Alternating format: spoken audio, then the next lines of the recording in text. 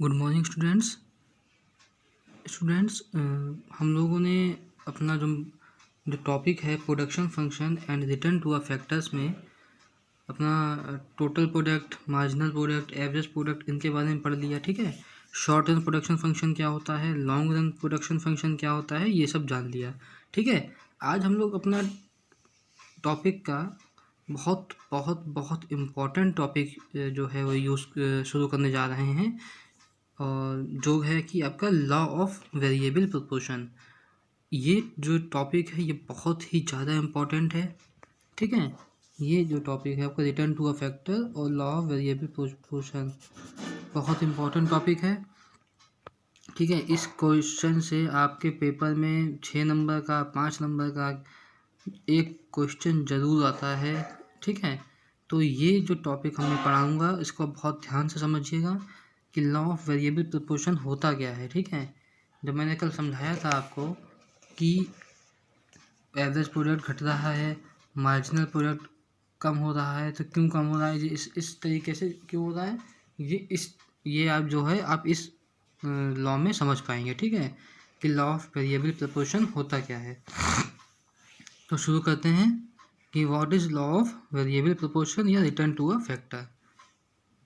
देखो, इसमें हम लोग क्या करते हैं, जो लॉ ऑफ वेरिएबल प्रोपोर्शन होता है, प्रोपोर्शन जो है मैंने आपको पहले पढ़ाया था कि दो टाइप के होते हैं। देखो, शॉर्ट रन प्रोडक्शन फंक्शन होता है और लॉन्ग रन प्रोडक्शन फंक्शन होता है। शॉर्ट रन प्रोडक्शन फंक्शन में दो चीज़ें होती हैं, एक फिक्स्ड फैक्टर होता है और एक वेरिएबल फैक्टर होता है। फिक्स्ड फैक्टर फिक्स रहता है और वेरिएबल फैक्टर चेंज होता रहता है। ठीक है, और फिर लॉन्ग रन में दोनों ही फिक्स्ड हों चाहे वेरिएबल, दोनों ही चेंज होते हैं। तो हमारा जो लॉ ऑफ वेरिएबल प्रोपोर्शन है ये जो है ये शॉर्ट रन प्रोडक्शन फंक्शन के ऊपर काम करता है। मतलब इसमें एक वेरिएबल आपका, एक जो फैक्टर है वो फिक्स रहता है और एक फैक्टर जो है वो वेरिएबल होता है। मतलब एक फैक्टर फिक्स रहेगा, एक फैक्टर चेंज होगा। तो लॉ ऑफ वेरिएबल प्रोपोर्शन, सबसे बड़ी एजम्पशन इसकी एक होती है कि लॉ ऑफ वेरिएबल प्रोपोर्शन जो है वो काम करता है किस पे, शॉर्ट रन प्रोडक्शन फंक्शन पे। ठीक है, आपका लॉ ऑफ वेरिएबल प्रोपोर्शन किस पे काम करता है, शॉर्ट रन प्रोडक्शन फंक्शन पे। मतलब consider the situation when land, मतलब ऐसे समझो कि आपके पास एक लैंड है। ठीक है, land is a fixed factor. ठीक है, एक लैंड जो है वो फिक्स्ड फैक्टर है और लेबर जो है वो वेरिएबल फैक्टर है। And a farmer is producing wheat. अब मान लीजिए ये आपके पास एक लैंड का टुकड़ा है। ठीक है, ये आपका है। ये तो अब मैंने पहले बताया लैंड क्या होती है, फिक्स होती है। लैंड क्या होती है, लैंड फिक्स होती है। ठीक है, और अब लैंड पे काम करने के लिए आपको लेबर चाहिए होंगे ना, तो जो लेबर होंगे वो वेरिएबल होते हैं, वेरिएबल फैक्टर होते हैं। तो मान लीजिए आपको, अब यहाँ पर आकर समझो क्या है, since land is a fix factor he can produce more wheat only by using more and more of labour. अब देखो, लैंड तो फिक्स है, हाँ लैंड हमारी इतनी ही है, इससे ज़्यादा लैंड नहीं है। तो हम अपना जो व्हीट प्रोड्यूस करेंगे वो कैसे कर सकते हैं, ज़्यादा बढ़ा सकते हैं, जब हम इसमें लेबर बढ़ाएंगे। मतलब हमने पहले एक लेबर लगा, मतलब पहले लगाया, एक लेबर लगाया हमने पूरी फील्ड के लिए कि एक लेबर जो है वो फील्ड में गेहूं की खेती करेगा। ठीक है, तो उसने इतना एरिया वो कर पाता है खाली, एक लेबर जो है। तो आपने कहा बाकी तो हमारा ये खेत खाली पड़ा है, खाली इतने में ही काम हो रहा है। तो आपने क्या किया, एक और लेबर लगा दिया। अब कितने हो गए, दो लेबर हो गए। दोनों लेबर मिलके इतना काम करने लगे। ठीक है, तो अब तब भी आपने अब देखा आपने कि यार मेरा लगभग 30% तो खेती हो रही है, लेकिन बाकी का खेत खाली खाली पड़ा है। तो आपने क्या किया, आपने एक और लेबर लगा दिया, 3 लेबर हो गए। अब वो तीनों लेबर मिलके इतना काम कर रहे हैं, इतना भी खाली पड़ा है तो आपने एक और लेबर लगा दिया, इतना हो गया। आपने एक और लेबर लगाया, वो इतने काम करने लगा, तब भी इतना खेत खाली है, आपने एक और लेबर लगा दिया। तो ये जितना जितना आप लेबर बढ़ाते जाओगे उतना उतना आपका व्हीट का प्रोडक्शन वो करते रहेंगे। तो ये क्या होता है, ये होता है जब मार्जिनल प्रोडक्ट जो आपका होगा वो इंक्रीज होता है। ठीक है, लेबर के बढ़ने से मार्जिनल प्रोडक्ट में इंक्रीज होता है। अब देखो ठीक, मोर एंड मोर ऑफ लेबर जब होगी तब। ठीक है, अब ये काम, अब सबसे पहले से हम लोग कि लॉ ऑफ वेरिएबल प्रोपोर्शन होता क्या है। ठीक है। Law of variable proportion states that, सबसे इम्पॉर्टेंट लॉ है, इसको आप बहुत बहुत बहुत इम्पॉर्टेंट समझिएगा, ठीक है। Law of variable proportion states that as more and more of the variable factors is combined with a fixed factor, जितने ज़्यादा वेरिएबल फैक्टर मतलब लैंड और लेबर जब आपस में मिलेंगे, ठीक है, combined with a fixed factor, marginal product of the variable factor initially rise, जो मार्जिनल प्रोडक्ट होगा वो बढ़ेगा। मान लीजिए आपने लेबर लगाया, उसने एक लेबर ने इतना काम किया, दो दो दो यूनिट प्रोड्यूस करी, दो लेबर ने मिलकर 4 करी, एक ने फिर 6 करी, फिर 14 करी, फिर 15 करी, और एक टाइम पे आके वो आपका नीचे गिर जाता है। तो मार्जिनल प्रोडक्ट का पहले बढ़ता है फिर घटता है। यही आपका पूरा लॉ है। देखिए, law of variable proportion states that as more and more of variable factors is combined with a fixed factor, marginal product of a variable factor में इनिशियली राइज। जब लेबर और लैंड और लेबर आपस में जुड़ गए तो मार्जिनल प्रोडक्ट क्या है, बढ़ने लगा, ठीक है। Nice, but eventually a situation must come when marginal product of the variable factor starts declining. उसके बाद क्या होता है, एक टाइम के बाद अभी आपका जो बढ़ रहा है, बढ़ते बढ़ते बढ़ते बढ़ते बढ़ते बढ़ते बढ़ते आया और फिर डिक्लाइन होने लगा, और एक टाइम पे आके ये निगेटिव हो जाएगा, ठीक है। मार्जिनल प्रोडक्ट में ultimately becomes zero and even negative. Marginal product आपका जो है वो निगेटिव भी हो सकता है, ठीक है। मैंने आपको बताया था 3 टाइप के प्रोडक्ट होते हैं, टोटल प्रोडक्ट, मार्जिनल प्रोडक्ट और एवरेज प्रोडक्ट। तो मार्जिनल प्रोडक्ट जो है वो आपका निगेटिव भी हो सकता है। ये लॉ ऑफ आपका लॉ है वो मार्जिनल प्रोडक्ट के बारे में बता रहा है कि मार्जिनल प्रोडक्ट पे क्या असर होगा, ठीक है।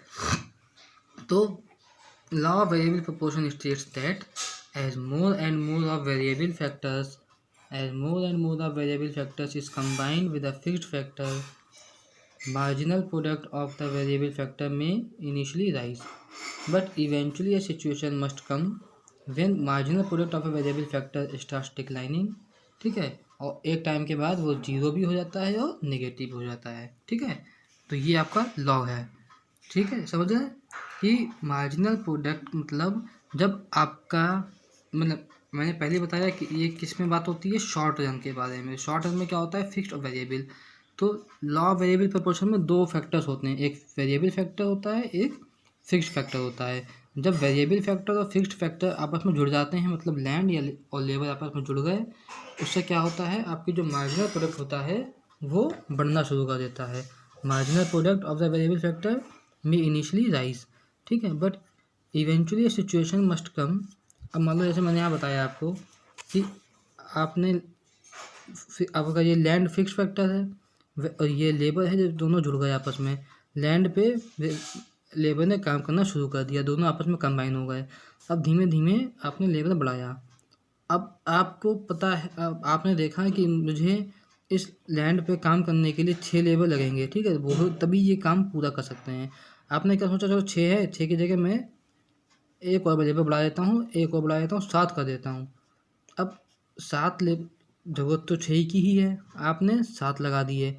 तो अब वो 7वां आदमी जो आया है वो इन लोगों को भी काम नहीं करने देगा। वो अब उसको पता है कि काम करने की जगह तो बची ही नहीं है, 6 लोग पहले से ही काम कर रहे हैं, ये तो मैं फालतू में लगाया गया हूँ, ठीक है। तो वो काम ही नहीं करेगा और बल्कि वो इन लोगों को और क्या करेगा, डिस्टर्ब करेगा। तो जिससे क्या होगा, आपके काम में इफेक्ट होगा और मार्जिनल प्रोडक्ट आपका डिक्लाइन करना शुरू कर देगा। और मान लीजिए आपने अगर थोड़ा और सोच के एक और बढ़ा दिया, 8 कर दिए, तो 8वां आदमी तो बिल्कुल ही काम नहीं करने देगा किसी को भी, और धीमे धीमे आपका जो मार्जिनल प्रोडक्ट होगा वो नेगेटिव भी हो जाएगा, ठीक है। तो ये था आपका लॉ ऑफ वेरिएबल प्रोपोर्शन। अब यहाँ पे देखिए, कह रहे हैं कैन एमपी एवर राइज, क्या मार्जिनल प्रोडक्ट कभी भी बढ़ता है। तो मैंने अभी बताया आपको, मार्जिनल प्रोडक्ट यहाँ पे लिखा हुआ है, marginal product of the variable factor ने इनिशियली राइज। तो आप क्या आंसर दोगे, मैंने कभी भी किसी ने आपसे कोई क्वेश्चन पूछा क्या जो मार्जिनल प्रोडक्ट है वो राइज होता है, तो आप क्या कहोगे, तुरंत आप बोलोगे yes, marginal product of a variable factor can rise but only in situation when a fixed factor is not fully utilised. मतलब मैंने जब लैंड का एग्जांपल लिया आपके लिए, ये लैंड है, जब तक ये इतना हो रही है, इतनी यूटिलाइज हो रही है, इतना इतना इतना जब तक ये थोड़ी बहुत भी खाली है, मतलब जब आपके फिक्स्ड फैक्टर जो है उसका फुल यूटिलाइजेशन नहीं हो रहा है, तब तक आपका मार्जिनल प्रोडक्ट बढ़ता रहेगा। और जैसे ही इसका फुल यूटिलाइजेशन हो गया, वैसे ही ये नेगेटिव हो जाएगा या जीरो हो जाएगा। जैसे इसमें देखो 6 लोग थे, 6 जब तक 5 लोग थे तो इतनी आपकी लैंड का यूटिलाइजेशन हो रहा था, ठीक है, इतना हो रहा था, इतना फील्ड आपका खाली पड़ा था। आपने छठा आदमी लगाया तो तब तक ये भी काम होने लगा। तो यहाँ तक तो जब तक 6 आदमी है तब तक तो आपका जो ग्राफ है वो बढ़ता रहेगा, बढ़ता रहेगा, बढ़ता रहेगा। उसके बाद ये नीचे आ जाएगा, ठीक है।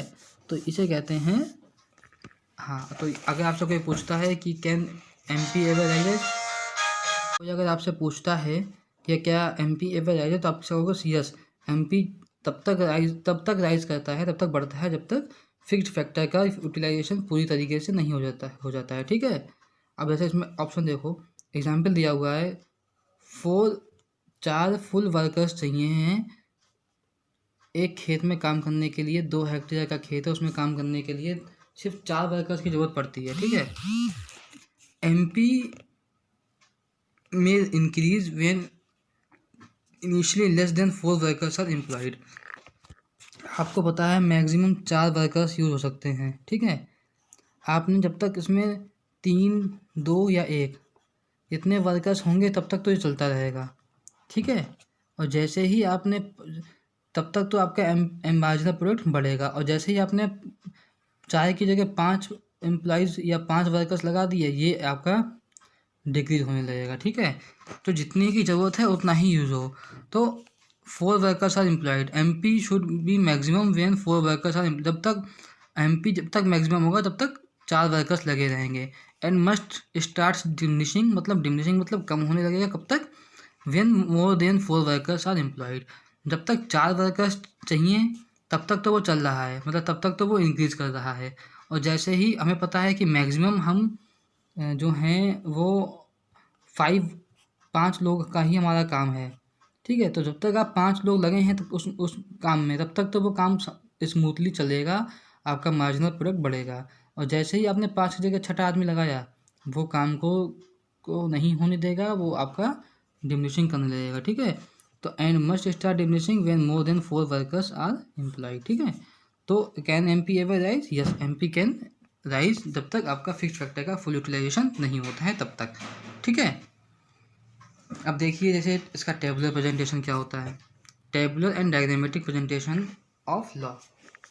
अब देखिए क्या कहता है, देखिए एक आपका फैक्टर है फिक्स्ड फैक्टर, ये आपका क्या है, ये फिक्स्ड फैक्टर है, और ये वेरिएबल फैक्टर है, ठीक है। फिक्स्ड फैक्टर हमेशा फिक्स है, 1 1 1 1 1 1 1 1 1, ठीक है, ये फिक्स्ड फैक्टर है।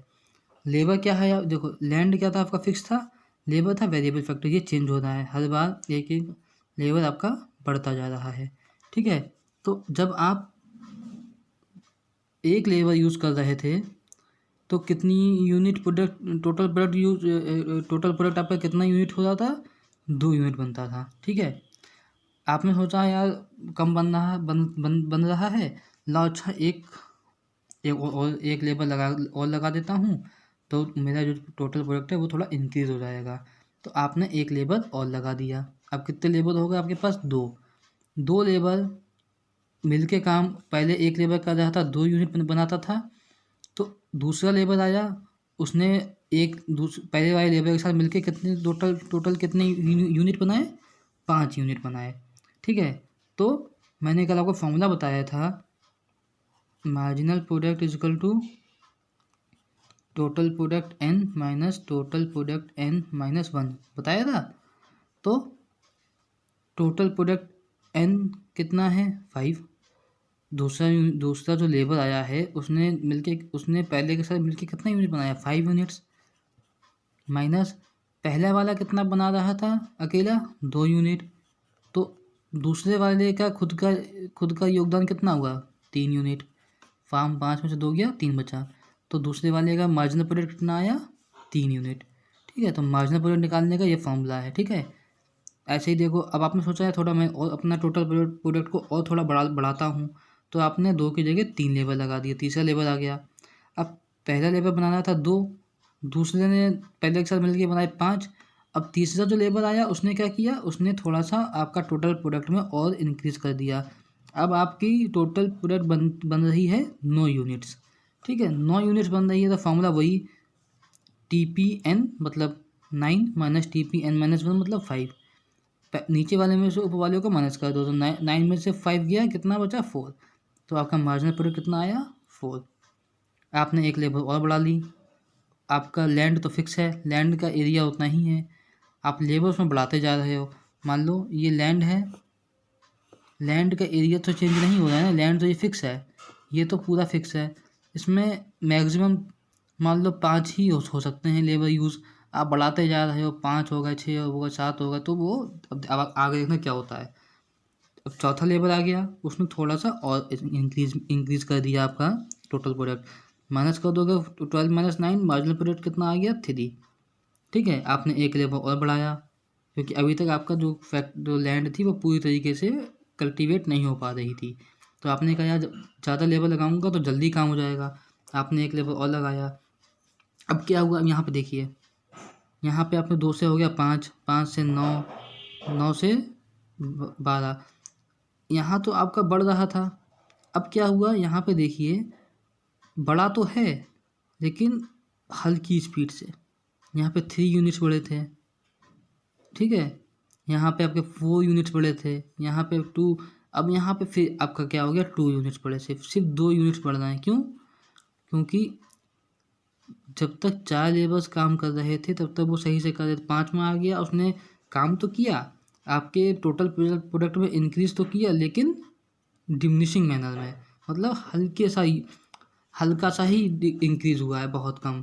ठीक है, छठा आदमी आएगा तो वो और भी कम काम करेगा, तो उसने कितना इंक्रीज किया, सिर्फ 1 यूनिट का, मार्जिनल प्रोडक्ट में 1 यूनिट का यूज मतलब इंक्रीजमेंट हुआ। अब आपके लैंड में सिर्फ इतने ही, जो आपकी जो ज़मीन थी उसमें सिर्फ 6 लोगों की ही ज़रूरत थी, मान लीजिए। आपने 7वां आदमी लगाओगे, अगर 7वां आदमी आपने लगाया तो वो कुछ भी काम नहीं करेगा और आपका मार्जिनल प्रोडक्ट क्या रहेगा, 0 रहेगा। क्यों? क्योंकि उसमें गुंजाइश ही नहीं है कि 7 लोग काम कर सकें। 6 लोगों का ही काम है, 6 लोगों का भी काम नहीं, काम बल्कि आप मानो 3 ही लोगों का है, लेकिन आपने बढ़ाने के लिए, जल्दी काम कराने के लिए आपने 6 लेबर तक बढ़ा दिया, तो वो धीमे धीमे बढ़ाने लगे। जैसे ही आप एक और आदमी लगाओगे वो कतई काम नहीं करेगा, वो आपका टोटल प्रोडक्ट और कम कर देगा और आपका मार्जिनल प्रोडक्ट को नेगेटिव कर देगा। ठीक है, तो ये 3 स्टेजेस में आपका मार्जिनल प्रोडक्ट डिवाइड होता है। पहले इंक्रीज हो रहा है, इंक्रीजिंग एमपी, फिर डिमिनिशिंग एमपी, डिमिनिशिंग मतलब इंक्रीज हो रहा है लेकिन डिमिनिशिंग मैनर में, कहाँ तक, यहाँ तक, और फिर आपका यहाँ तक, और फिर आपका होता है नेगेटिव। ठीक है, तो ये होता है आपका टेबुलर प्रेजेंटेशन। क्यों?